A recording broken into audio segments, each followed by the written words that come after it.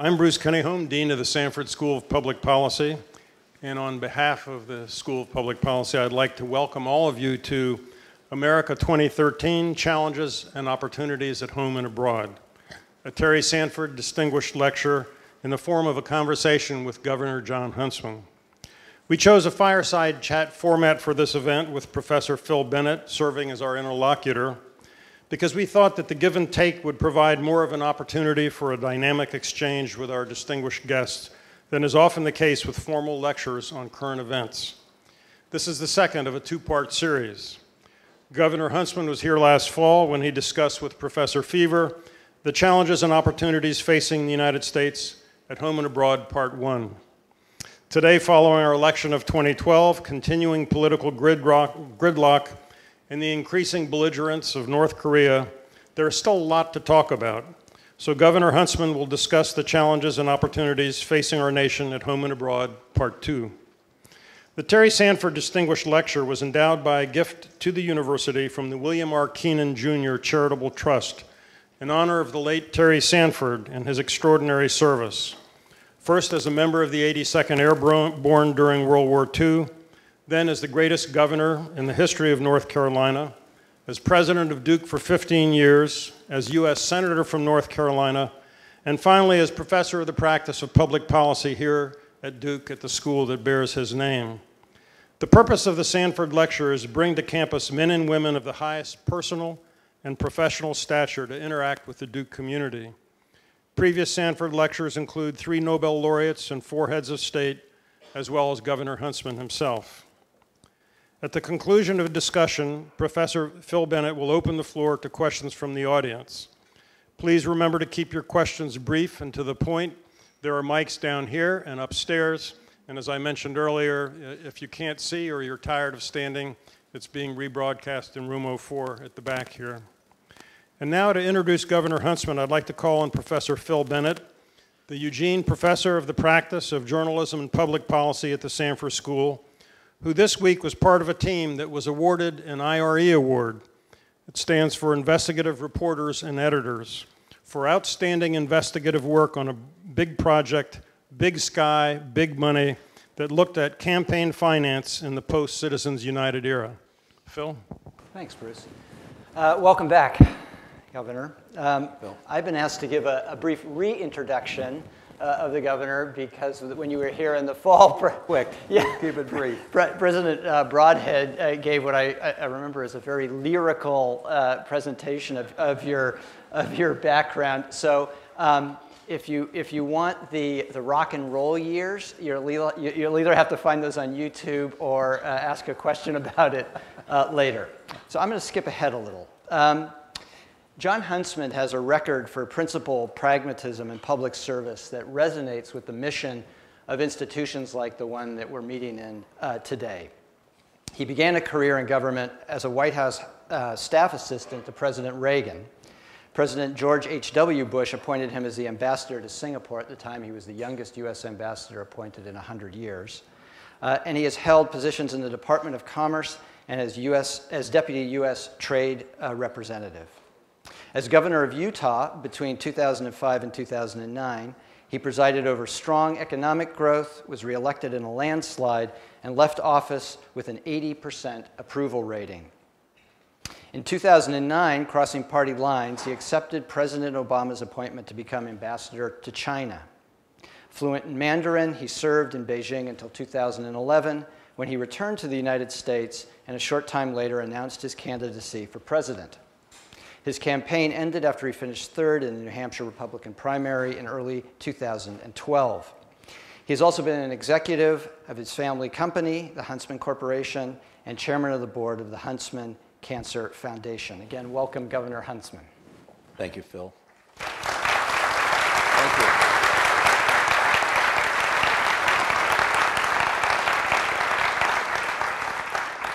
So as Bruce mentioned, it's been 7 months since part 1 of this session, and a lot has happened during halftime. So we're going to try to trace a pretty broad arc of issues this afternoon, foreign and domestic. And I hope we dig into some of the big questions you've been asking about your party and about the country. And I hope you'll describe a little bit for us your own journey through this process. But first, I want to take a detour to North Asia before we turn to home. I maybe am not the only person in this room whose phone carried the following alert about 15 minutes ago in a New York Times news alert that said, a new assessment by the Defense Intelligence Agency has concluded for the first time that North Korea may have the capability to build nuclear weapons small enough to fit on ballistic missiles. And of course, you've been talking about this continuing tension this week, and there's some expectation there may be a missile test in the days to come. How alarmed should we be? Well, first of all, Phil, thank you for the part two opportunity, and to all of you who are here, I'm deeply grateful, and I'm humbled by your presence. Thanks for keeping the rock and roll part out of it, but that's also one of my favorite areas of conversation. And Bruce, to you, thank you. It's a pleasure to be with you once again. Let me just say, as it relates to Northeast Asia, which is soon to be 20% of the world's GDP, when you look at northern China, when you look at the Korean Peninsula, north and south, when you look at Japan and Taiwan, I'd say close to 50% of our trade goes up through the East China Sea and around across the Pacific. So the stakes are exceedingly high, even for the United States, I would argue, from an economic standpoint. It's a vibrant center of commerce. There are underlying fissures that speak to history and animosities going back, at least in recent times, 1895, and then some more immediately post-World War II. So even taking North Korea out of the mix, there's almost an incendiary combination of feelings and hostilities that play out in this critically important and vibrant economic region. Then you overlay the North Koreans and the belligerence that we're hearing from Kim Jong-un. The reason I think this is a dangerous set of circumstances really are a couple of reasons. One, when you get so many airplanes flying around as you'll have today, or ships in the sea that are doing reconnaissance work and trying to figure out where everybody is and where they're positioning military assets and what they're deploying here and there, the prospects for an incident increases, because for every reconnaissance plane, you'll have jets scrambled into the sky, right? So you may have 4 or 5 countries that are involved in just sort of eyes on the environment.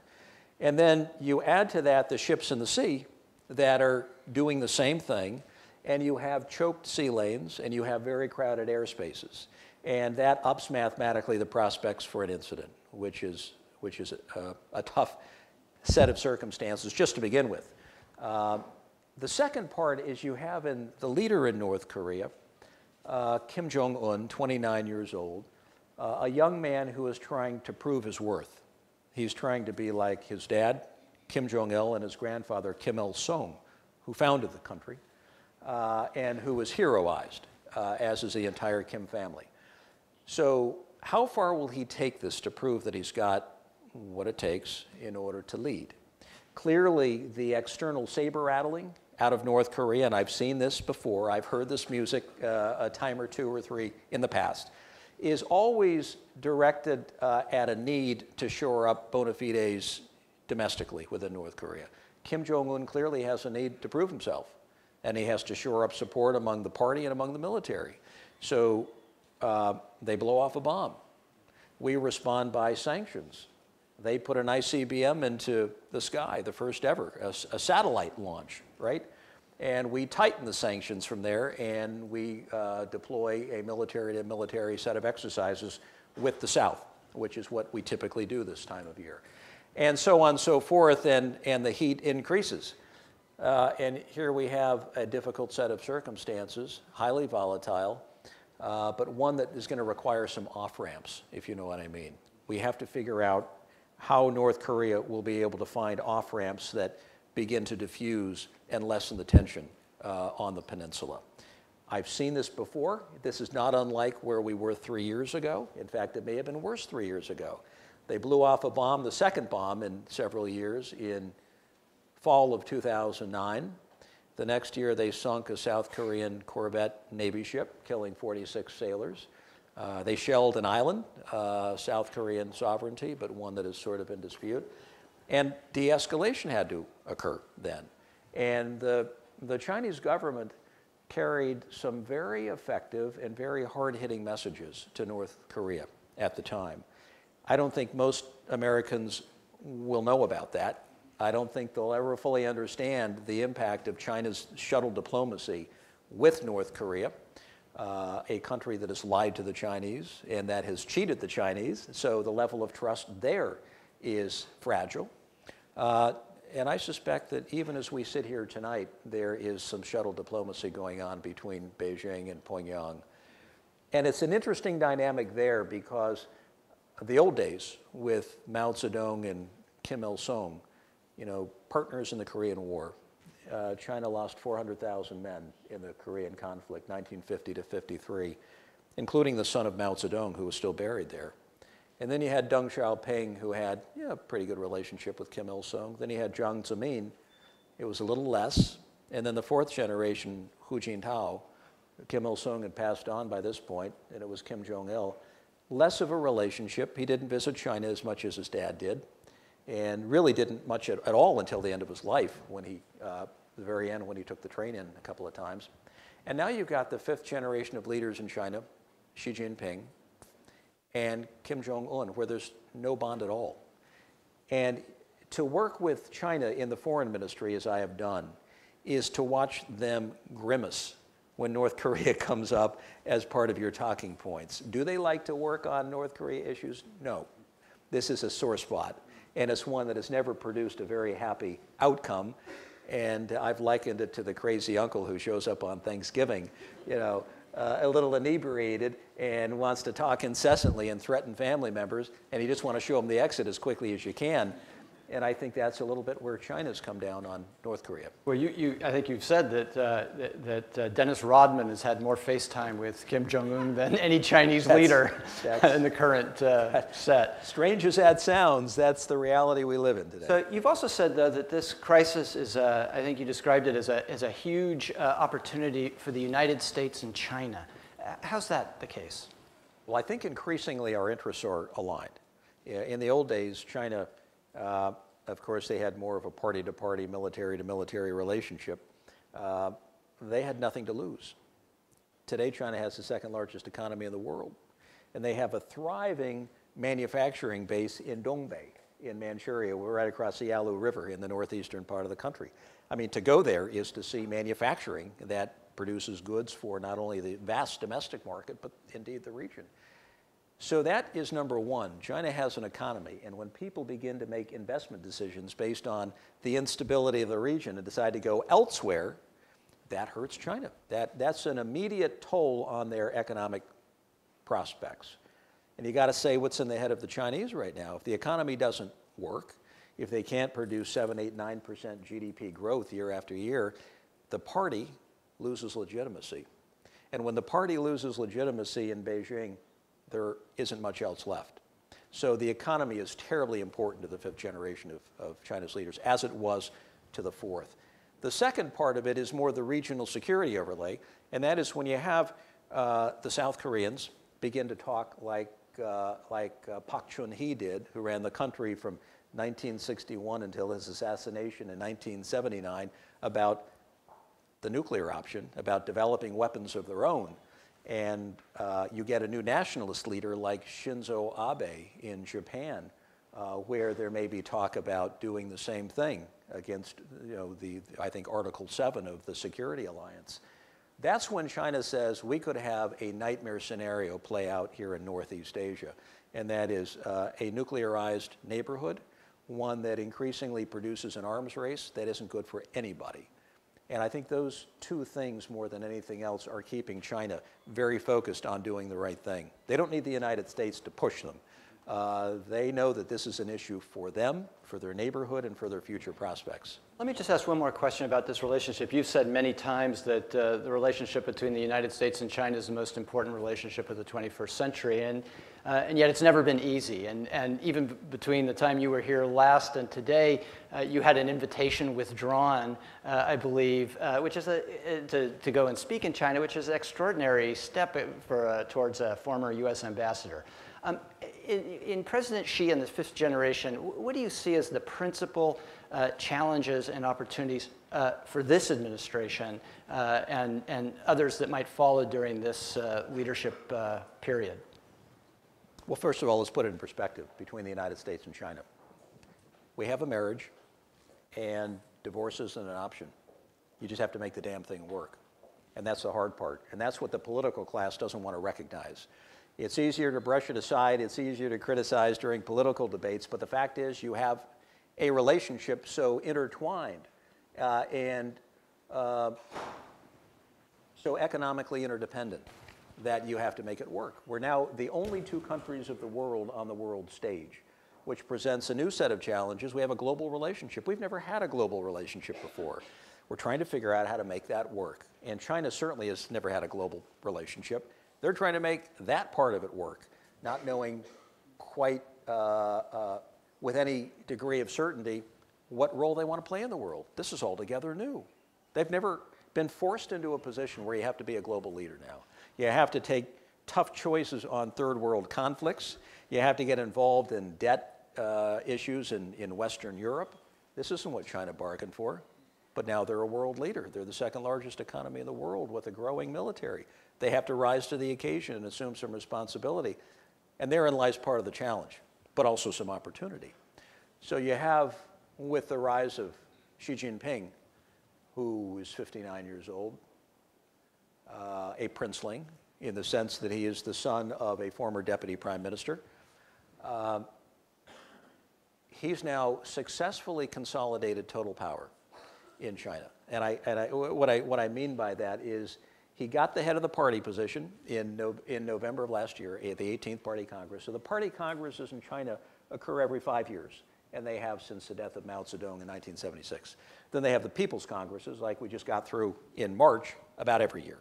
And so he got the party leadership when you had 2,000 delegates descend on Beijing, and they decided the slate of the 370 Central Committee members, half of whom are alternate members.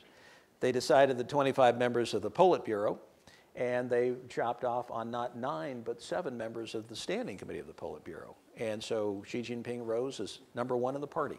That's position number 1. The presidency doesn't mean anything. It's the party apparatus that matters. And then subsequently, he was given the chairmanship of the Central Military Commission, kind of a 12-member, kind of like our Joint Chiefs of Staff, which many thought he would not get for another year or two. He got it, which sent, I think, a signal to a lot of China observers that he's been very successful in consolidating power, and now he's got the presidency. So he'll lead out for his generation, and he'll be around for 10 years. And I suspect that his fixation will be 2 things. How do you address the need of an increasingly restive population that is increasingly demanding more and more? 700 million internet users, 90 or 100 million bloggers who are carrying on conversations that would have landed anybody in a really uncomfortable place a few short years ago. Yet there's nothing that can be done about that. You have to stand up and deliver for your people, and the expectations are exceedingly high. So he's got that challenge on just the domestic security side. So it's interesting to note that the Ministry of Public Security and the Ministry of State Security, they spend more money, they're allocated more money budgetarily than the Ministry of Defense. So you say, where is the threat as you look at China? Are they worried about the region? Are they worried about the United States? Or are they worried about that which lies within? So that's got to be challenge number 1 for Xi Jinping, because if he can't deliver the basics for the population, that will be a difficult outcome for him. The second is economically, because they're making this historic transition from the largest investment-led export machine ever created. And they're pivoting more toward a consumption model where they have to take people up the economic ladder. They're kind of caught in a middle income trap right now. They've got to expand commerce. They've got to stimulate investment in their future, which means you have to convince the average citizen in China that now is the time to take out renminbi from under the mattress and begin to invest it in your long-term future. Well, in order to do that, you have to have social safety net policies in place, like retirement, because the iron rice bowl doesn't exist anymore, like affordable housing, like health care. You got to be able to address all of these issues, and they're terribly expensive. So you say you got $3 trillion in the bank, as they do, and we look at that enviously. And then you do the actuarial studies on the kind of money China's going to need to cover retirement over the next 10 to 20 years, and $3 trillion isn't going to cut it. So the mathematics of their future, of their direction, isn't adding up, and they have to expand their economy and begin to consume more. And that's not an easy thing to do, because the average citizen will be sitting there thinking, you've got to convince me that my future is bright. You have to convince me that there are no major events that might upend our direction as a country. And then look just, back to 1840, look back to the Opium Wars. And then look at the Taiping Rebellion of the 1860s. And look at the Boxer Rebellion of 1900, the fall of the Qing Dynasty in 1911, the rise of the party in 1923, the invasion of Japan in 1922, World War II, 1949, the Great Leap Forward, 60 to 64, disastrous period, and the Cultural Revolution, 66 to 76, and then Tiananmen Square in May, June of 89. And you get the picture. There are upheavals that are not always predicted that pop up every now and again, and they cause massive dislocations in the country. That's the challenge. How do you convince the citizenry that the path ahead is steady and that it's calm, and now you can invest? Well, I'd love to, many more questions about China. We may get to them at the end or in the questions. I would just point out, we didn't really get to talk about the US side of that equation, but I would point out that we've probably heard in the last 15 minutes more detailed analysis about China than we have from any US politician in the last 2 years. And I wonder if that's, is that a problem? You can see where it got me, basically. What's that? You can see where it got me. Yeah. Nobody wants to have a conversation about this stuff, particularly during an election cycle. It's a whole lot easier when you're running for public office to talk about what you're going to do to China as opposed to what you're going to do with China. Yet our country at this moment needs a conversation on what we do with China. It's the most important relationship of the 21st century. The stakes are high economically and from a security standpoint. And we need to have a thoughtful, realistic conversation about where we take this relationship. And it won't be easy, and it can't be political, because it's got to be straight up based on the facts. But election season is not a good time to have that, because I tried that. And you stand on the debate stage, and someone will say, well, I'm going to declare war on China my first day in office. And the next guy will say, not to be outdone, I'm going to declare war before you declare war. And by the time they get around to me having declared war 3 or 4 times, I'm at the end, and I say, well, let me just tell you how this thing works, because I've actually managed the US-China relationship, or made an attempt. And here's what we're going to have to do as a country in order to position ourselves for the future. Needless to say, that wasn't an applause line, and probably caused more people to say, get Huntsman off the stage. Come on, we want red meat. We want political chatter. So, and that's totally understandable, right or left, Republican, Democratic side. You get that kind of talk during a primary season. But we very seriously need to have a grown-up conversation as a country about the nature of this relationship, where it goes, and what our expectations are, and whether our political class can deliver. Okay. Let's turn inward for a little bit and look at the situation in this country. The last months have been, at least on the surface, a sort of winter of soul searching inside the Republican Party. And you've really been one of the boldest and sharpest internal critics, not only of that direction, but of the process of examination as well. I want to just share with the audience just a brief paragraph of something you wrote a few weeks ago in the American Conservative. It's the same article in which you came out in support of gay marriage. And you wrote, the party of Theodore Roosevelt and Ronald Reagan has now lost the popular vote in 5 of the last 6 presidential elections. The marketplace of ideas will render us irrelevant, and soon, if we are not honest about our time and place in history.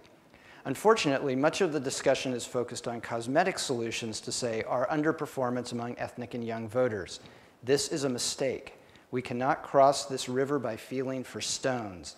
Instead, we need to take a hard look at what today's conservatism stands for. So do you think that the party is missing its moment of renewal? And where should that discussion, what should be the heart of that discussion? Well, first of all, defeat focuses the mind like nothing else other than probably being shot at. And here we have lost a string of popular elections, popular votes since 1988. And so the soul searching, while painful and difficult to watch play out, is absolutely critical during this period because it's the only way we're going to get to a sort of recast foundation of ideas that will either do what needs to be done in 2016 or not. And the reason I say 2016, because if you lose again in 2016, the lights are out probably until 2024. Nobody will remember the last time the Republicans governed in 2024. To put yourself out as a viable governing alternative, people have to see you govern, and they actually have to see you achieve success as a governing party. I learned that as governor. If you can't deliver for your people on stuff that matters, you're irrelevant real quickly. And so I think the stakes are high for the party, but the clock is ticking in the sense that it must happen pretty quickly, or we may find ourselves more and more irrelevant post-2016 if we can't pull off a success.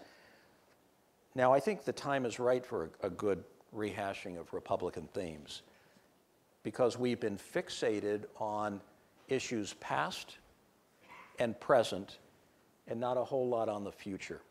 We're fixated on expenditures that we're dragging from years gone by, particularly on entitlements. We're fixated on our problem here and now, and we're giving no discussion to the prospects for our future. Now, I don't have to tell you that people vote for your view of the future. They vote for optimism, they vote for problem solving, they vote for a defined roadmap that takes them forward. They don't have to always agree with what you're saying or what you stand for, but they want to be inspired. They want to know what you're for as opposed to what you're against. And my recent party has been too much about what we're against. Everybody knows what we're against, but nobody knows what we're for. That's not a good position to be in. We have to define what we're for and what the role of government will be. You just can't wish it away. It has to do something, and it has to do it well. And we should be a party, as per our tradition, roots, and history, that stands up as Abraham Lincoln would have, our first Republican. Talks about equality under the law. That's, when I came out, so to speak, for civil unions several years ago. In my state, it was very tough because it was 70 or 80% against me. And then people had a chance to kind of think through the issue, and a lot of those numbers changed because they had it explained, and I gave them my rationale for equality under the law, which is an Abraham Lincoln Republican principle for incentivizing long-term stable relationships, and to say, I don't think it's a conservative principle to deny two people who love each other the right to marriage and to engage in a long-term stable relationship, which is good for communities and good for states. So we draw from Abraham Lincoln. We draw from Theodore Roosevelt, who was a good Republican, and he sent the fleet around the world, speaking to America's strength, dignified strength, in our friendship building around the world. He got a Nobel Prize, for heaven's sake, in 1904 and 1905 for helping to bring an end to the Russo-Japanese War. That's what we used to do. We used to problem solve. And he also cared about the environment. And I'm one who believes that conservation is a conservative principle. Eisenhower was the person who built our infrastructure. What on earth would we do without our infrastructure that allows us to get around, to connect each other, and to be economically viable? We are the envy of the world because of what was laid down in the 1950s. Now it's aging a little bit, and it's probably in need of refurbishment, but a Republican did that. And I needn't remind you that it was a Republican who created the EPA and who declared the war on cancer and who made basic research dollars available for a lot of the good work that led to the Genomics Project. And it was a Republican who had the courage to sit down with Mikhail Gorbachev to bring an end to the Cold War. So despite our foibles and our misfires and our failures, we have a deep literature of wins. And of chapters of American history where under Republican governance we've been able to break through. And I say, I'm not a 2000 or 2004 Republican. I'm an 1860 Republican. I'm a 1901 Republican. I'm a 1952 Republican. And you can bring it straight to currently to where we are. If we can remember that we've got a lot to draw upon in making us a party that is viable and successful, we'll do just great. So I want to come back to the agenda in a minute, but I want to just focus on this getting from here to there part. Because one of the central narratives of a big part of the party now is no government. It's reducing government, or it's voting against in certain parts of Congress, the reputation of the party for no. And I saw that you tweeted out a David Brooks column that talked about this central narrative of government encroachment and how it was keeping, it seems like an impediment to realizing the Republican Party of the eras that you just cited. And he asks at the end of that column, he says, who's going to build the new GOP? So what's your sense of how you get from here to where you want to go? What's the process, and how do you build that, the coalition to do that? We have to recognize what we're up against today, and it's going to require the development and the articulation of a strategy for the American people. And we never had a chance this last election cycle to really develop a strategy for the Republican Party, and therefore President Obama never had to respond with a strategy of his own. So I would argue we went through this last election cycle without any kind of big, bold something out there to drive us forward. And we're spinning wheels a little bit, and we I think, deserved a whole lot more on both sides this last go around.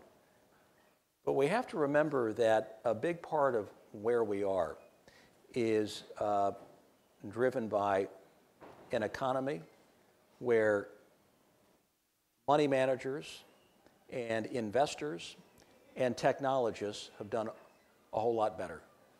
And more people are doing less well than before. And we tell these young kids, like many in this room, to go out and get a good education, go out and get a good degree, go out in the workplace, and you'll have life made. Well, they're doing that.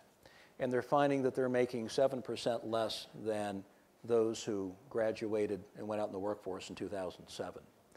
And so they're working just as hard. Their expectations are up here, but they're getting less.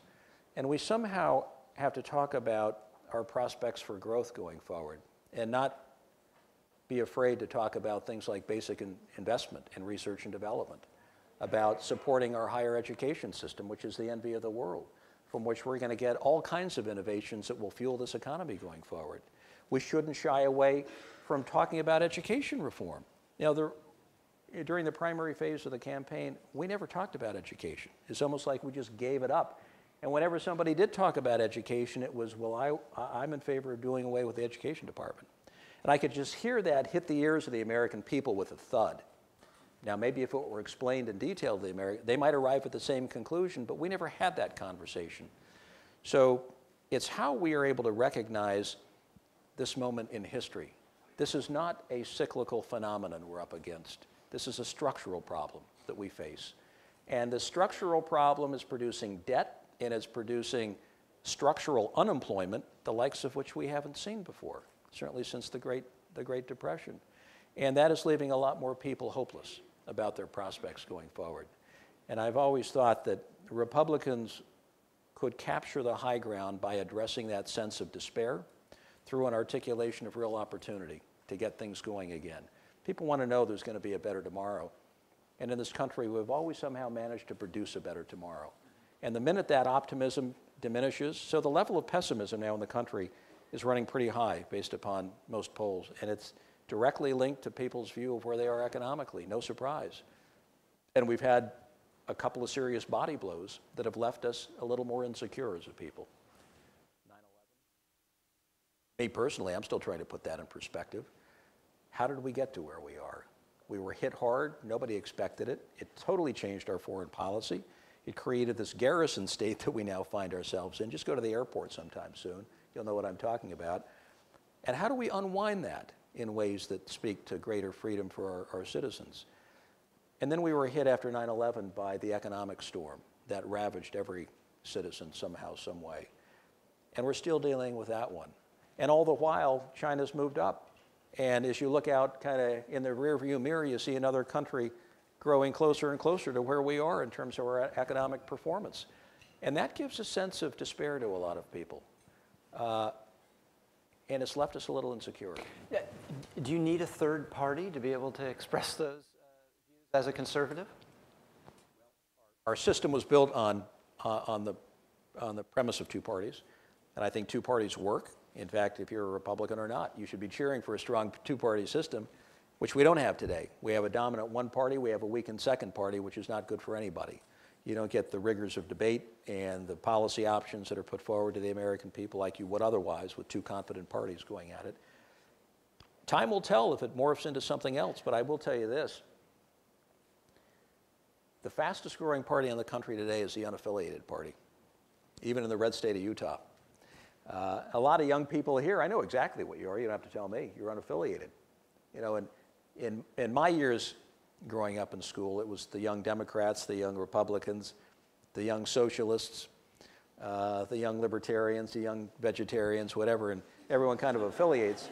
And today you have, I think, more homogeneity around a worldview that brings the millennials together in ways that my generation never could have been brought together. And maybe it's a view of greater challenges in the workforce, higher unemployment, greater sense of despair about debt, whatever.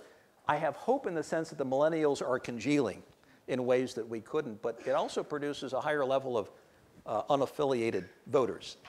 And that's going to manifest itself out 20 years from now when combined with this highly disruptive technology called the internet, which has disrupted every other industry on earth with the exception of politics. And I suspect that at some point it will have an impact on politics, but what it will look like, I have no idea. But the lay of the land as we go forward, I think will look a lot different than it does today. Well, I think one of the hints to, I still want to ask you one more question about sort of how you do that, because if you look at, so you've become the co-chairman of this group, No Labels, which a name that ought to say something to somebody about this argument. And you got a nice shout out this week in The Economist, in which The Economist asked whether or not this was the beginning of a revolt of the reasonable. Heaven forbid. Yeah, it had the joke of a chant that said, what do we want? Gradual change. When do we want it? In due course. So, and whether or not that would catch on. You're not going to hear sensible people of the world unite. That's not going to be a rallying cry. But they also recognize sort of the skepticism embedded in that by titling this column, Knowing Best is Not Enough. And so even if you have the argument there, how does a group like No Labels actually put into practice or into action something like that with a tangible result that people could rally around? You have to incentivize problem solving, simply put. We're incentivizing division. We're incentivizing polarization. What do I mean by that? You get to raise money if you take on your opponents, and if you make blistering comments about them. You get invited to a cable show, and you get to continue your conversation. And then some, beltway bandit will, do a fundraiser for you who feeds off of that kind of ideological extremism. And you have where we are today, which is the folks who are sitting kind of in the middle, the 70% of the American people who are saying, okay, I can't find a channel to watch anymore. I see right, I see left, but who's watching out for my back? Who's got my interests at heart? And it's sort of taken us to where we are today, where I think the mood of the country, if I had to guess, is going to go from, please, Congress, blow up the system because we don't want anything done under a radical president, to look at what we have done to ourselves. We can't even create a budget for 3 or 4 years. To say nothing of, I had to deal with a balanced budget, for heaven's sake, as governor. We can't even get a budget. We can't even get common benchmarking on the economic data we give to the American people. It's done by parties now. And I think the American people are going to say enough is enough, and when are you going to start making the system work? We've seen enough dysfunction. That's my sense. So what we're doing in No Labels is we're two very simple things. It isn't a third-party movement. It isn't a bunch of moderates in the middle who are trying to take over the world. You've got somebody like Dean Heller, a Tea Party Republican, and Angus King, an independent from Maine, all of whom are part of this movement. And we've provided a venue on Capitol Hill, which strangely enough doesn't exist today and hasn't for a while, which allows people of both parties to meet together around a table for purposes of problem solving. What are they signing up to do? And we're now, I don't know, 3 months into this, and it's looking pretty good. I didn't have any sense of where we'd be numbers-wise at this point. We have 60 members of the problem-solving caucus signed up already. We're going to have 100 by the end of the year. So the Tea Party is 80, just to put it in perspective. We're going to have 100 by the end of the year. I have no doubt about it. And they agree to the simple premise: equal numbers, Republicans and Democrats. Check your ego at the door. Govern and make decisions for the next generation and not the next election cycle. Put your country before your party, and agree to meet every other week and work toward problem solving. Period. End of conversation. So now this group of problem solvers, they've developed their own routine. They're meeting every other week. We got number 60 signed on this last week, and we're moving toward 100 by the end of the year. Now, just stop to think what a caucus of 100 problem solvers will do on Capitol Hill. No leader, I don't care what party or what body you're talking about, will be able to get anything done unless you get problem solvers involved. And all we're asking is to say, bring that problem-solving mentality, same thing I had to do as governor, where you bring folks of both sides together, you squeeze out a result at the end of the day, and you prove that the system works. It's been so long since we proved that the system actually can yield something. And that's where we are. So I want to go through a couple of specific issues, and then in a couple of minutes we'll open the floor. So Congress returned to Washington this week. And I guess I wanted to ask you whether or not, in line with what you just said, is whether or not you see the ground shifting in some ways. So we have three really big issues on the legislative agenda: guns, immigration, and the budget. And with guns, your partner in No Labels, Joe Manchin, has formed a bipartisan agreement to get some sort of background check agreement forward. There's a group of 8 bipartisan group working on immigration. It looks like they're going to get a bill advanced, and yesterday President Obama announced a budget that was much more loudly criticized by Democrats than by Republicans. So, I mean, is there any nascent movement in this direction going, or is that are those sort of green shoots that go away quickly? I think we'll get immigration reform in large part because the president will make it a priority, and because the Republican Party has seen a need politically to get this one right. And so that will incentivize some outcome that I think will be good for this country. And as for our party, my party, we need to talk about immigration as an economic issue and not just as a security issue. So people aren't coming today. I mean, you look at the numbers of those crossing the border, and it's flat. The flattest since we've seen since 1970, 40 years. And so now is a perfect time to have a conversation about immigration. You've got to have a pathway. You've got to define what that consists of. And we've got to somehow address visas and continue to encourage brain power into this country, because that's been a major engine of growth from the very beginning. So we have 155 million workers in this country, and we have about 65,000 H-1B visas. Woefully, woefully inadequate in terms of what our needs are. That's growth. That's opportunity. That's looking around the bend at our future in terms of how we innovate our way forward. It's going to take brain power and talent, and we need our doors open. And so I'm hoping that as we get to the finish line on immigration reform, the Republicans will be seen and heard as talking about this more as an economic and a growth issue as opposed to just a security issue. What happened to the Republican Party on that? Because you had a number of governors, yourself included, George W. Bush as a governor, and others who 10 years ago were ready to do a deal on immigration. And somehow, you even said in a speech recently that it became a party in which people felt comfortable having Latinos, more comfortable having Latinos as voters than as neighbors. I mean, what happened to the party on that issue? The economy fell flat, and with that, the fear factor. So as governor of a state that at one point had unemployment of 2.5%, remember those days? I explained to the people of our state why the DREAM Act was important. I explained to the people of our state why some sort of guest worker program was needed to make our economy work. The federal government wasn't doing it. And we talked about solutions as opposed to rhetoric. And people were saying right on, you know, that sounds right, and we got it through a conservative legislature, things that just last year were used against me for being way far off on the outlines of immigration reform. Now that's come back to the mainstream, and I think as we get more in line with a sustainable unemployment number, whatever that is in today's new economy, I think people will begin to want to focus more and more on solutions as opposed to rhetoric. The town hall meetings became very hot, and people were rightly upset, angry, and scared, and that translated into a certain intransigence on issues like immigration.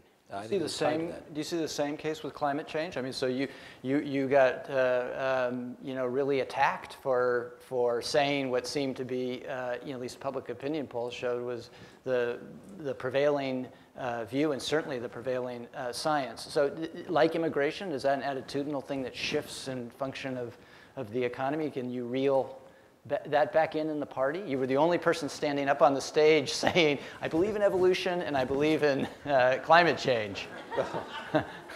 Strange that you'd have to remind people that science matters and is a good thing. And you can't run from science if you're going to be a successful party. In fact, science has sustained the Republican Party so far as I can tell. But there's a reason that President Obama didn't talk about it either with high unemployment levels. Didn't talk about it either the last. Count how many times it was talked about the last election cycle, and therein lies your answer. What I did, I brought scientific experts together from our research universities to explain to me what was going on to the best of their ability so I could then make policies. I don't know of a lot of climate scientists or physicists in Congress. I don't think we have any. Yet everybody's got an opinion on something that is a very complicated issue. And if I was going to have to make decisions in terms of fashioning public policy, I wanted to understand from the experts what was going on. And I couldn't find anybody who would tell me that it was all a conspiracy, you know, led by the United Nations or something.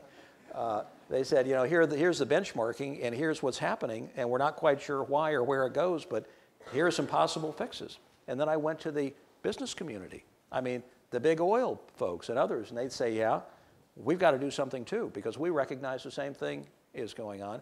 And there was a moment in time, 2005, 2006, before the economic storm, where you actually had Republicans who were working toward fixes and solutions around climate, and who were looking at addressing air quality in some of their areas. And I was certainly one of them. I was working with Governor Schwarzenegger in California. And then the economy fell out, and it became a bad word. And some who ran for president completely retooled themselves on the issue and ran for cover. And I thought, you know, I am who I am. I made decisions, whether it was that or education or tax reform, based on my own approach to understanding the issues, and I did what I did. I can't hide, and I can't contort myself into something I'm not. So I just hung out there on some of these issues and was beaten up on a lot of them. But we forget that before the economic crisis, on immigration reform and on climate, some of these other, it was a pretty open and healthy conversation we were having. Let me ask you a quick question about guns, and it's this. If you were president, would you have responded to Newtown differently than President Obama did? Slightly. I give the president high marks for his ability to pull people together in a time of need. You know, I found as governor, whether it was families grieving because of a loved one lost in Afghanistan or Iraq, you look to your leaders for purposes of consoling one another and putting tragedy in perspective. And politics aside, I think the president did a pretty effective job. I mean, just as a citizen, I watched him as he spoke, and I think it meant a lot to the families involved, and it meant a lot then to me that the families could feel a connection to people who are trying to address an issue as difficult as this one is. Now, the difference in what I might have done, first of all, I grew up shooting guns. a name like Huntsman, give me a break, you don't have a choice. But, so I grew up, shooting a BB gun at age 6 and a .22 at age 12, and deer hunting and bird hunting. And I never remember somebody dragging an assault rifle out to hunt. I just never saw that.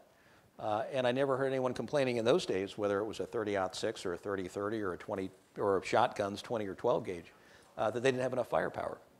And somehow this debate has wandered off into these strange corners of public rhetoric, where you have to prove the Second Amendment by owning a tank or owning a bazooka. And I say, we're losing a sense of connection with reality by doing that, and we're going to lose the American public on what is, I think, a very important part of who we are as Americans. We've got to dial it back into something a little more sensible. I never saw an ammunition clip of 30 or 60 rounds that somebody took hunting. Never saw that before. And I've been a shooter all of my life, and I've got 2 boys with the uniform of the U.S. Navy, and they both have, their marksmanship awards, and they're pretty good shots too, and they're around guns. And I think the one thing that I would have done differently, and it's always easy to say, in hindsight, but here's where I think the conversation needs to be broadened and expanded just a little bit. We have to have seated at the table the interests of those seeking to protect the Second Amendment, because that is part of who we are. But you know what? We also have to have people who are there talking about mental health. And we also have to have at the table people representing Hollywood. And we need to say, folks, this nation's going to have a conversation with all 3 components here, and we're not going to finish the conversation until we get to a point where we all feel better about the solutions that are put on the table. And I can tell you from a mental health standpoint, the first thing to go in a budget, state or municipal as a mayor, is mental health. It's the easiest to cut because there's no lobby.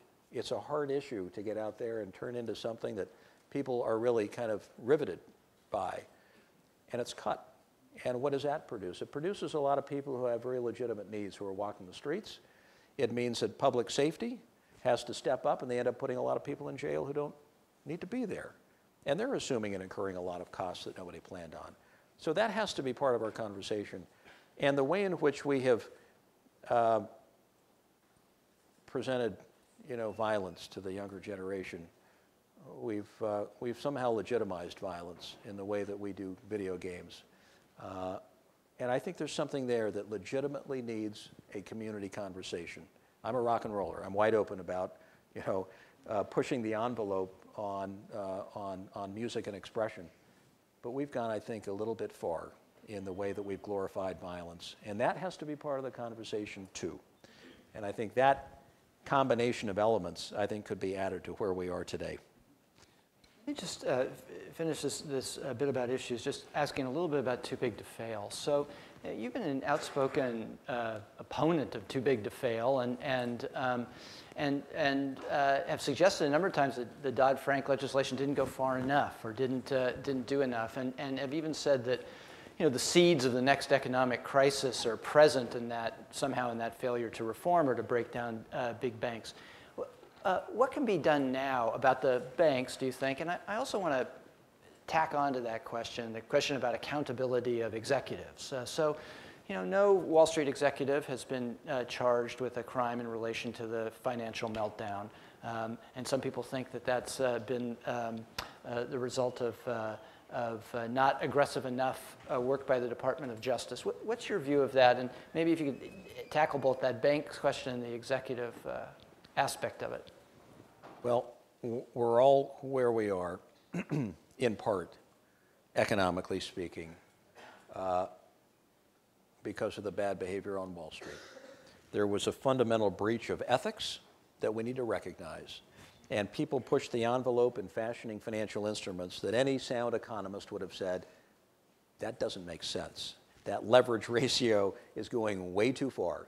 And entire markets were created around this. So where are the ethics associated with that kind of pushing of the envelope? Should people have gone to, of course. Should there be, well-defined rules of the road? Of course, no question about it. Do we need a massive bureaucracy that makes it literally impossible, almost, for our community banks to get seed capital out to the small businesses. Something's inherently wrong with that position where we are today, where you have to meet a certain ratio requirement if you're a small business to get a loan, and if you meet the ratio requirement, you don't need a loan. So it's a little self-defeating in terms of what we're asking for. But we've set ourselves up with a banking establishment that is likely going to produce another bailout. I mean, just look at the way in which Europe is going, the Cyprus crisis most recently. So if things, get a little out of hand financially or economically in Greece or in Portugal, and you get Spain and Italy dragged into it, and the major banking sectors in Western Europe, well, the U.S. banking sector is going to get infected, and so will the Chinese banking sector, which is going through some of its own challenges. And then you've got these massive entities, which are trillion-dollar-plus entities, that really are too big to fail. We can't allow them to fail. We have 6 banks that are, equal to, 60+% of our nation's GDP. You can't run that risk. So we're basically giving them a backstop, which isn't consistent with the free market. We're giving them a discounted cost of capital because the marketplace knows that they won't fail. So they get probably, to the tune of 75 basis points, a cost of capital that is cheaper than the community banks. And that's not fair. And I say, so what do you do? With maybe the big 6 or big 7, that equals 64, 65% of our GDP. Well, let's take them to where they were, where, they were a size where if they failed, they wouldn't take us all down and they wouldn't require a bailout. Capitalism without failure isn't capitalism, last I looked. And right now, that's exactly what we have in our banking sector. So I would charge a fee, and big banks would pay that fee, which would mitigate risk. Let's put it in an insurance fund until such time as you had enough money built into that fund to mitigate any risk to the U.S. taxpayers. And believe me, that would also be an incentive for banks to right-size themselves. So Goldman Sachs in the 90s was a $200 billion entity. It grew into a $1 trillion entity. We've incentivized the picking up of all these assets that have failed after 2007. And what was a big banking sector has become even bigger, and I think more fragile. And it needs to be looked at. Okay.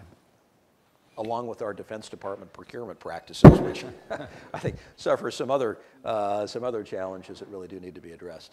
I wanted just to ask you in the last couple of minutes before, I think by 10 after we'll have questions for the audience, so we'll have opportunity for people here to add your issues. Somebody who would read magazine profiles about you or newspaper profiles could conclude easily that you've had a largely charmed life with not a lot of failure in it. And yet when people oftentimes go through the political process of running for office and don't succeed, it's very hard for them to come back from that. And I think if you've spoken to people who've gone through that experience, sometimes it hits them in a way that takes a real long time to recover, and we can all think of politicians to whom that's happened.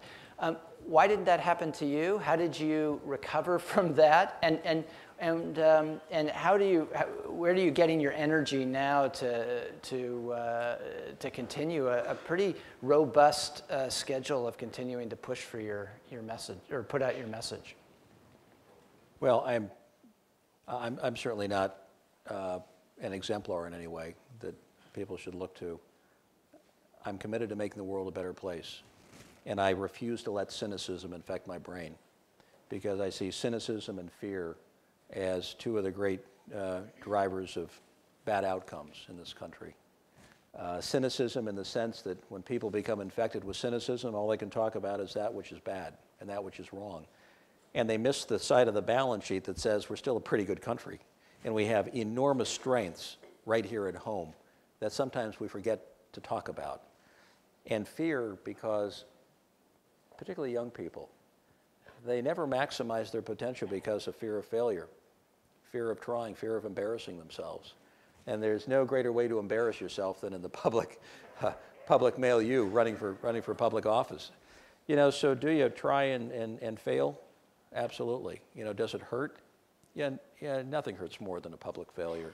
You know, when people write stuff and go on TV and say stuff, and your whole family is there, living in a bubble, and you try to console each other in a very, very open and transparent process, which is presidential politics or gubernatorial politics.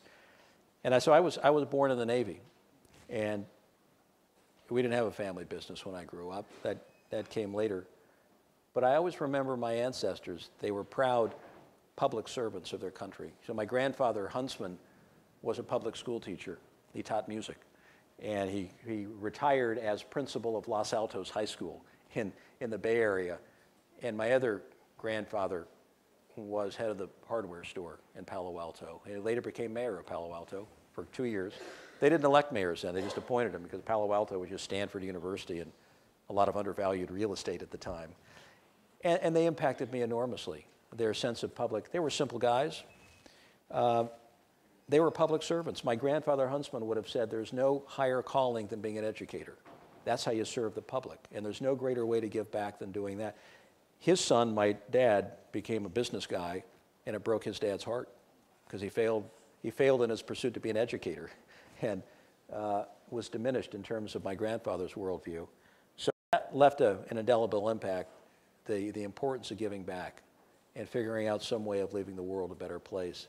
And I'm the luckiest guy in the world in terms of my having lived overseas, been able to serve a few presidents, and maybe done a little something here or there that's improved a life or two. Because at the end of life's journey, you can only fit so many words on your tombstone of life.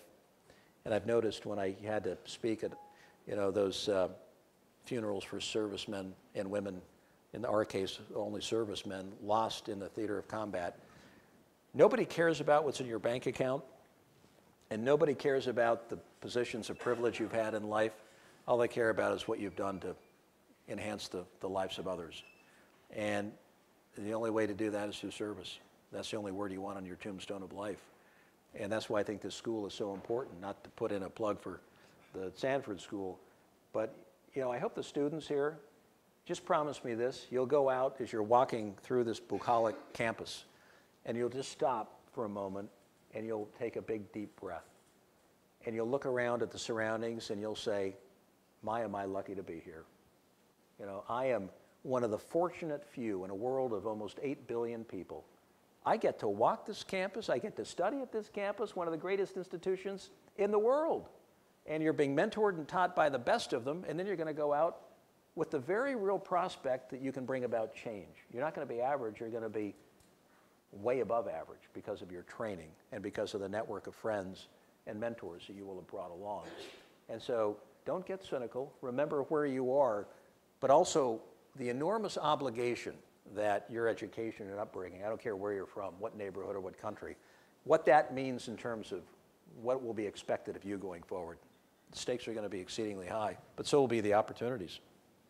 And you would tell these students that politics and government service is a safe place for reasonable people?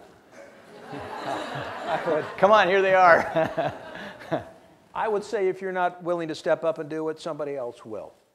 And if you're okay with that outcome, then be my guest. But for those of you who are planning on, managing hedge funds and going to Wall Street and becoming consultants, think again. Because we're going to enter a period where we've got to take, this great experiment in democracy. When the economy begins to improve, as it will, our unemployment will come down and our GDP prospects will grow brighter with each passing quarter. And we'll see 3% in front of it sometime next year. But then the big question will be, how do you make a dysfunctional system work? How do you take this system of governance? How do you infuse believability, integrity, and trust into our institutions of government and democracy? That'll be your challenge. That's a huge deal. And that's going to require, like I would argue, the economy of Europe. This isn't a cyclical phenomenon. This is a structural phenomenon. You've got to do something about the debt. You've got to do something about dysfunctional banks. Our trust gap in this country is, I think, a structural deal. And it's going to mean that many of you in this room will have to tackle issues like campaign finance reform, because the way that we're financing campaigns is a total embarrassment, and it's destroying our democracy. How do I know? Because I've done it. I've had to raise money for these things. I see exactly what the expectation game is when you get out there. It's got to be fixed. We're going to have to figure out some other way to finance campaigns. I don't know what the answer is, but you could get people of average intelligence in a room together and say, figure out a way to finance campaigns politically, and there's no way they'd come up with the system we have today. It's an abomination. And we're going to have to talk about things like term limits, because incumbency is growing so stifling in our system, and it grows such very deep roots that nobody wants to leave anymore. And in many cases, you get members of Congress who have never had a better job in life. They don't want to leave. And so every decision is made based on getting reelected. And out goes courage, out goes vision, out goes any sense of risk on behalf of your country and the people you represent. And in comes, how do I hold on to a good thing? And then you're going to have to work on issues like the gerrymandering that's taken place after each decennial census. I tried to do this as governor. I tried to get an independent redistricting commission because the borders in my state for congressional districts look a little bit like Kashmir, 1947 when the British pulled out. It's a little irregular and doesn't make a whole lot of sense. And that means you're going to have to deal with what today has brought us to the point where 70% of our seats in the House of Representatives are predictably red or blue. Predictably MSNBC, Fox News, predictably Republican, Democrat. And they're not even competitive. And so people don't even care about the general election. They care about the primary. And now is primary season. Why are people motivated to stymie initiatives for the most part? Because they don't want a primary challenge. It's not the general, it's the primary now. And so how do you roll back the way in which we've carved up this thing called the gerrymandered nation? These are all issues that will have to be dealt with realistically, and it will take your energy and your good thinking to take us to the next lap.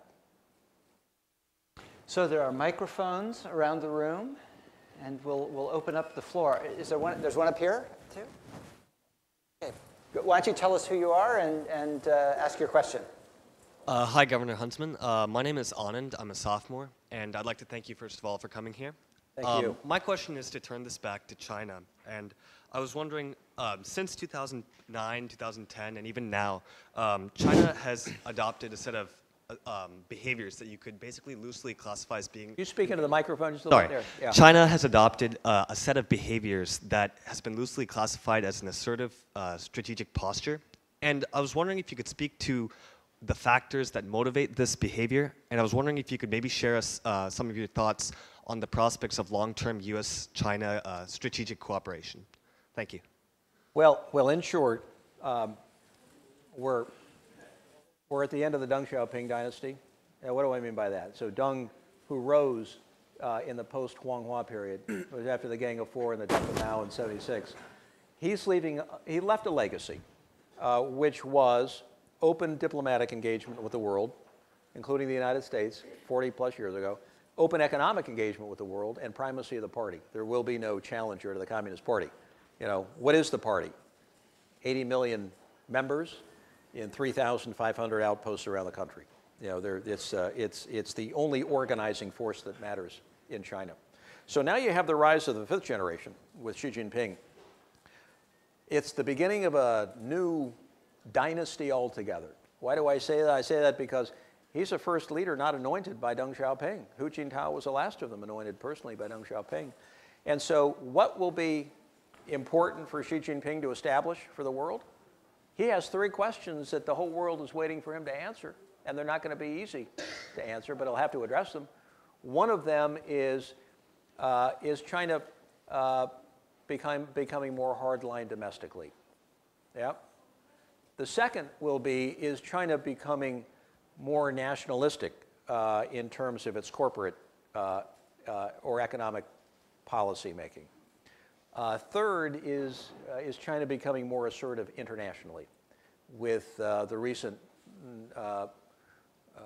events around both the East China Sea, the Diaoyu or the Senkaku Islands, and the South China Sea with the Paracels, the Spratlys, Scarborough Reef, and others. Those are three pretty tough questions that he'll have to answer. He knows that, and he'll have to roll out some description as to where China goes from here. In terms of the assertive posture in the region, I would argue that a lot of it is driven by leadership changes in China. So you have the cycles of politics that are very real, and there are just certain events that go along with those cycles. So just imagine this. You've had leadership changes in China, really once every 10 years, and then you've had elections in Japan in the last couple of months. You've had an election in South Korea, where now the daughter of Park Chung-hee is the newly elected president. So throughout the whole region, including North Korea, which has the young man Kim Jong-un, they're all new. And they've all had leadership politics play out over the last few months. And that means you can't back down. Sovereignty is core to your worldview. And you have to kind of express the tried and true things that rally people to your nationalist cause.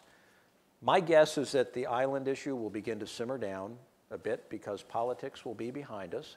And there will be more talk of problem solving and how to come up with a code of conduct for those disputed islands. Who fishes the islands, military exercises, rights of navigation, all of that will have to be worked out. Now, the reason I say that is because they just can't keep doing what they've been doing. That's a political cycle, but there's no answer. You just can't resolve the issue when it comes to sovereignty between Japan and China, or Japan and Korea even. There's just no easy answer. So what do? You have to manage hostilities. And that's exactly what the next few years will be all about. Managing hostilities and creating a code of conduct for all of the claimants in the region. And the United States has an important role to play there. We are, for the most part, seen as an honest broker, although we're hated sometimes when we get involved in some of those issues, but we're seen as an honest broker. And moreover, we have a 7th Fleet that has reliably kept the sea lanes for trade and commerce open in all of East Asia for a very long time, certainly post-World War II, but as early as 1898 in the Philippines, when we first were in the region. Thank you. All right, thanks, Betty. Hey, John, I know you are one of the most sexy men in the cover of the magazine in the United States. I wish you could have a very good time at Duke, and I hope you can be the next president in 2016. So there's a question in there somewhere. Okay, so here I got 2 questions. The first one is about the China South Sea issue. So it's regarding about my Senkaku Islands. So because all of us know who control the island will definitely control the whole resources, like natural gas or oil. So it makes a big deal. So I was wondering what an important role the America play in this game between the China, Taiwan, and Japan. And my second question is a little bit technical. So what do you think is the biggest understanding? What do you think is the biggest misunderstanding that America has about the China, and what do you think is the biggest misunderstanding that China has about the United States? Thank you very much. Thank you. I'll start with the last one first because I really talked about the first part of it, your question just a moment ago. Okay, sure. And that is the greatest misunderstanding between the United States and China from the Chinese point of view would be their misunderstanding of America's intentions toward China and in the region. And in the United States, it would be toward China's intentions toward the United States. We simply see right past each other when it comes to understanding fundamentally what our strategic direction is. And that's why a deep and strategic dialogue between our respective heads of state will be critically important as we go forward, because we have to elucidate and we have to describe for the people in both countries where we're going and what the relationship is all about, because when that isn't explained, there emerges a fear factor. And when there's a fear factor, all you see are the negative sides of what the other is doing. So when I'd go out and talk to college campuses in China, as I did in a lot of provinces around the country, I knew reliably where the young kids were coming from. They'd want to stand up and lecture the U.S. ambassador about what the United States was doing. And I could get the same thing from college campuses here, predictably. What does that lead me to believe? We need more understanding, more exchanges, more in the way of not just interaction. We need a generation of people in this country, as I know China is already developing, of people who understand in a deep and nuanced way history, politics, culture, language, geography, and are able to develop a relationship that is based on trust. It can be done. We've just let politics get in the way too many times recently. Okay, thank you very much. Thank you. We'll go back up. They're just these two microphones, right? Okay, yes, we'll go back up here. Thank you for joining us once again. We're really honored to have you. Honored to be with you. I was wondering if you perhaps could elaborate a little bit more on the military aspect and diplomacy aspect with regards to China. With the Asian pivot and our newfound focus in the region, how does our diplomacy merge with our military adventures in the region? Well, on the military side, I think there is some real logic in beginning to refocus our efforts strategically and militarily on the Asia-Pacific region, drawing down more and more in the Middle East. During the campaign, although I was criticized, I called for an exiting of Afghanistan, which I thought should have happened a long time ago. I think we achieved our objective quite some time ago, and now we need to begin to seed the pockets of despair with some opportunity, and that is less military, and it's more developmental work, and it's more economic cooperation, and a lot of things that you talk about here in this school. That's the only way you're going to address the pockets of despair in the Middle East and keep people from pointing the finger of blame at the United States, because we're an easy target right now. So if you have high unemployment in your region of Pakistan or Afghanistan or North Africa, you might turn to a madrasa.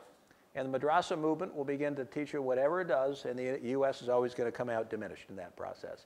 We got to somehow have a strategy that speaks to something different than what we've done militarily in the region, while still recognizing that you have an ongoing terror threat. That's not 100,000 troops in Afghanistan. That's altogether a different strategy. And recognizing that our interests increasingly will be across the Pacific. It's where 2/3 of our trade will be. It's where the rising militaries of tomorrow reside. And we have been a major player in the region for over 100 years.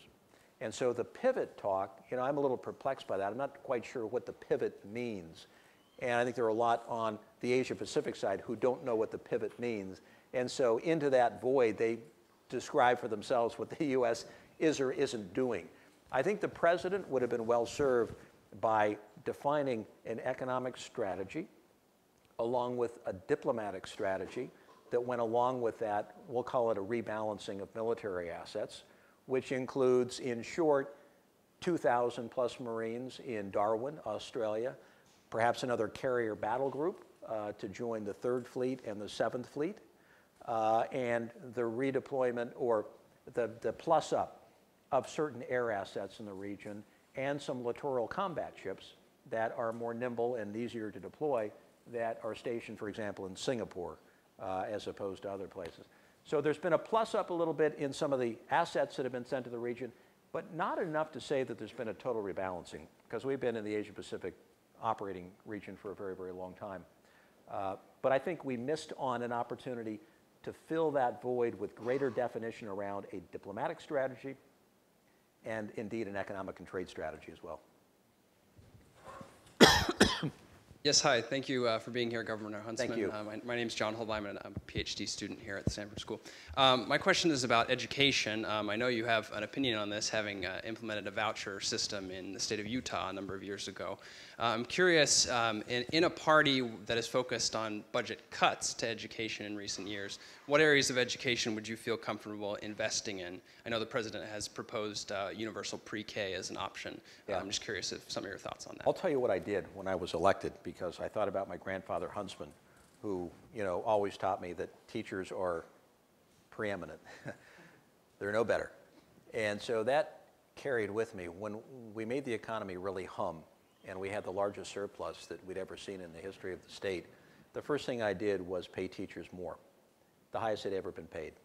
Not because I wanted my grandfather, who had already passed, to be proud of me, but because I wanted to do what he would have done if he were still around, and that's to say, you can't ever pay educators what they're really worth in society, and they know that too.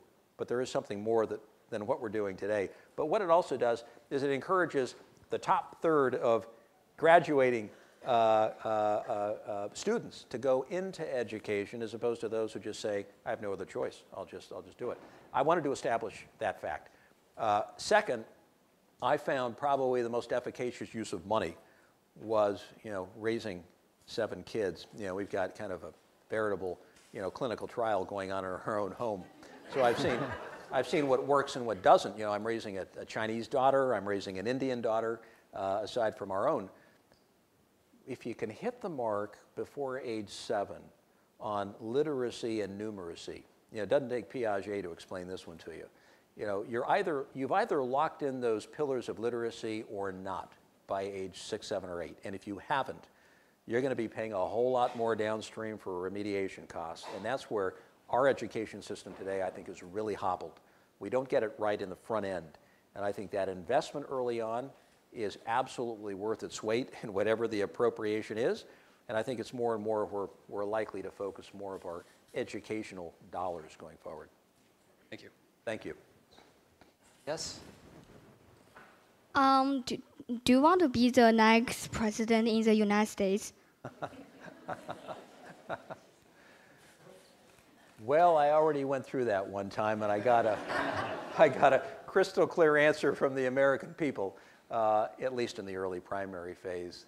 But I'll tell you, I think whether somebody runs for president or not, on the Republican side, the most important thing that could be done this year and next is a discussion of issues, not politics, but solutions for some of our everyday problems. We don't have enough of that. And that's where I'm going to spend some of my time, is talking about fixes and solutions. If that takes you downstream somewhere, that's fine by me. But I have no idea what that means, and I don't care to think too much about it. But I want to participate in that discussion of solutions going forward. How about you? What are you going to do when you get a little older? I don't know. Maybe you can think about that too. Thanks for being here. Thank you. Thank you. And she's gone. Yes? Hey, I'm Sam Costello. I'm at the business school. And I think as you look around this room, you see a lot of support for you and your policies. My question would be, you know, this is a unique demographic. It's very well educated, very well informed. My question would be for demographics that are more mainstream, maybe less educated and less informed. For those voters, why do you think you've had trouble connecting with them in the past? Why was it last Why do you think you've had trouble connecting with more mainstream voters? So this demographic, very educated, very informed, but for more mainstream voters who perhaps aren't as informed on these policy issues, like why do you think you've had trouble relating to them or connecting them in your presidential campaign? I apologize for the zinger. Yeah. Sorry. All I can tell you is when I ran for governor, we have a pretty great state, and it's full of rural people, farmers, ranchers, people who do their best to kind of make things work. And I won 80% of their support for re-election by doing what you do naturally, and that's to bring people together in search of solutions, and just by talking common sense. The presidential campaign, I don't think, was ever an ability to project yourself to the broader stage of politics. We just didn't get that far. And here's the deal, in New Hampshire, we were hobbled a little bit when a guy named Michael Moore came out on television and said, that Huntsman guy, he's actually a Republican I could support, one of these days. He's a well-known liberal. And I could see the numbers in Iowa go just like this, right down the drain. And then Bill Clinton got on TV and said, that Huntsman guy, he seems pretty unhidebound. He's actually a Republican I could support one of these days. South Carolina went right down like this. And so, we had a difficult start, and we focused all of our attention in New Hampshire, which is straight up an Adlai Stevenson shoe leather state. We outdid McCain's record of 100 town hall meetings by doing 120 town hall meetings. We worked that state like nobody. And it wasn't sophisticated. It was face-to-face, handshake to handshake. And New Hampshire's unbelievable. I mean, you'll see somebody for the 10th time in one of your town hall meetings. They just show up. They keep showing up. And after they'll come up and say, I'm getting closer. I just need to hear you 2 more times, and then I might be there. And you shake your head and say, this is an unbelievable process. Not only is it grueling physically, mentally, and emotionally, but people really want to know what's inside of you. And I think that's a great part of our democracy in New Hampshire. And we worked our hearts out. And I knew that if we took second in New Hampshire, that we would have the sustenance to get us on to South Carolina. And we took third. And we were moving up. We were surging. I could feel it. You sense it when you're out there with the people on the hustings. And the marketplace, driven by the media, they set expectations just like a traded commodity or a traded stock. If you don't meet those earnings expectations, your value in the market is discounted, right? So we were discounted after we took third and not second. And I knew that very night, although I didn't want to admit it, that we didn't have a future going forward, that it would diminish our fundraising. And even though we'd just been endorsed by the largest newspaper in South Carolina, The State, we had a pretty good ground game there. I just didn't want to waste people's time when I knew that we hadn't hit market expectations. So it was a heartbreak, but it was what it was. Thank you. Thank you. I would suggest about Bill Clinton, get used to him. You may have others. Yes, well, I'll take two more questions. One here and one down here. Thank you. Thank you, Governor. We very much enjoyed you in the fall, and we're very, very much glad that you came back to us. So we really appreciate it. Thank you. So my question to you is, I want to come back to this issue of term limits, congressional term limits. And I 100% agree with you on this issue. I think it's really important. This concept of an ethical government, I think, is an issue that I don't know is talked about enough. So my question to you is, how do we do it? I mean, if I were to ask my congressman, or if I were to poll Congress today, I'm very skeptical of if there would be support in Congress to impose term limits on their congressional careers. So my question to you is, how do we make that a more mainstream issue, and how do we do it? You've got to catalyze the voices of the grassroots. Now, you have to stop to conclude that I think there's great sympathy on this issue. I would guess that the grassroots are pretty much already there. But what is that, that catalytic event that takes those voices, the sentiment, the emotion that's built up on this issue, and delivers it in a uniform way to Congress? I don't think that we will see that until you have a presidential candidate who runs on reform, including term limits, and does a Grateful Dead-like tour around this country with a whole bunch of people following who are passionate about their cause, and the person wins the election, and then has a mandate of the people to actually get things done. Congress listens to the voice of the people. On term limits and on campaign finance reform, it's too amorphous. It isn't unified, and you need to have something unify that voice. And I think anything short of a presidential candidate who gets elected with a mandate of the people will not do it. So I think sometime in the future, you're likely to see that convergence. Thank you. Thank you. That to be our last question. Craig Casey, Professor Emeritus Electrical Engineering. I'm a little out of my territory, but when I lived in New Jersey, I knew the Bennett family, and Bob Bennett lost the primary in Utah to a Tea Party candidate. Yeah. And Business Week, and I think it was January 24, said that the Tea Party is dumbing down the Republican Party. So how do you suggest the Republican Party deals with the Tea Party? Well, as Bill Clinton was able to do in 1992, he stitched together a broad-based, diverse coalition of people. And they all were able to hang together because they saw something in common that they liked. They didn't all agree. But the Democrats failed in 80, they failed in 84, they failed in 88. And you all remember that time, many of you. It was woe is me. We're never going to get elected again. We've lost the youth vote. We've lost mainstream America. What do we do? And that coalition was stitched together in 1992 by a transcendent character named Bill Clinton. And on the Republican side, that'll have to be done somehow, some way, where the Tea Party is an element, whatever they are going forward. They'll probably, morph into something different. I'd like to see them stay focused on the fiscal and economic issues. I think they had a head of steam when it started with that, and then it kind of became kind of a catch-all for a lot of other issues that caused them to lose their grip. But I do believe that they will have a home in a broad, they can't be the Republican Party because you're never going to have the numbers to cross the finish line, but part of a larger tapestry of people who aren't always going to agree, but see some reason to belong and reason to believe taking them forward. It happened in 80 and it happened in 92, and I think it can happen again at some point. Thank you for being an engineer. You give us hope. Thank you for visiting today. Thank you. Thank you, Governor. Thank you. Pleasure to be with you. Thank you.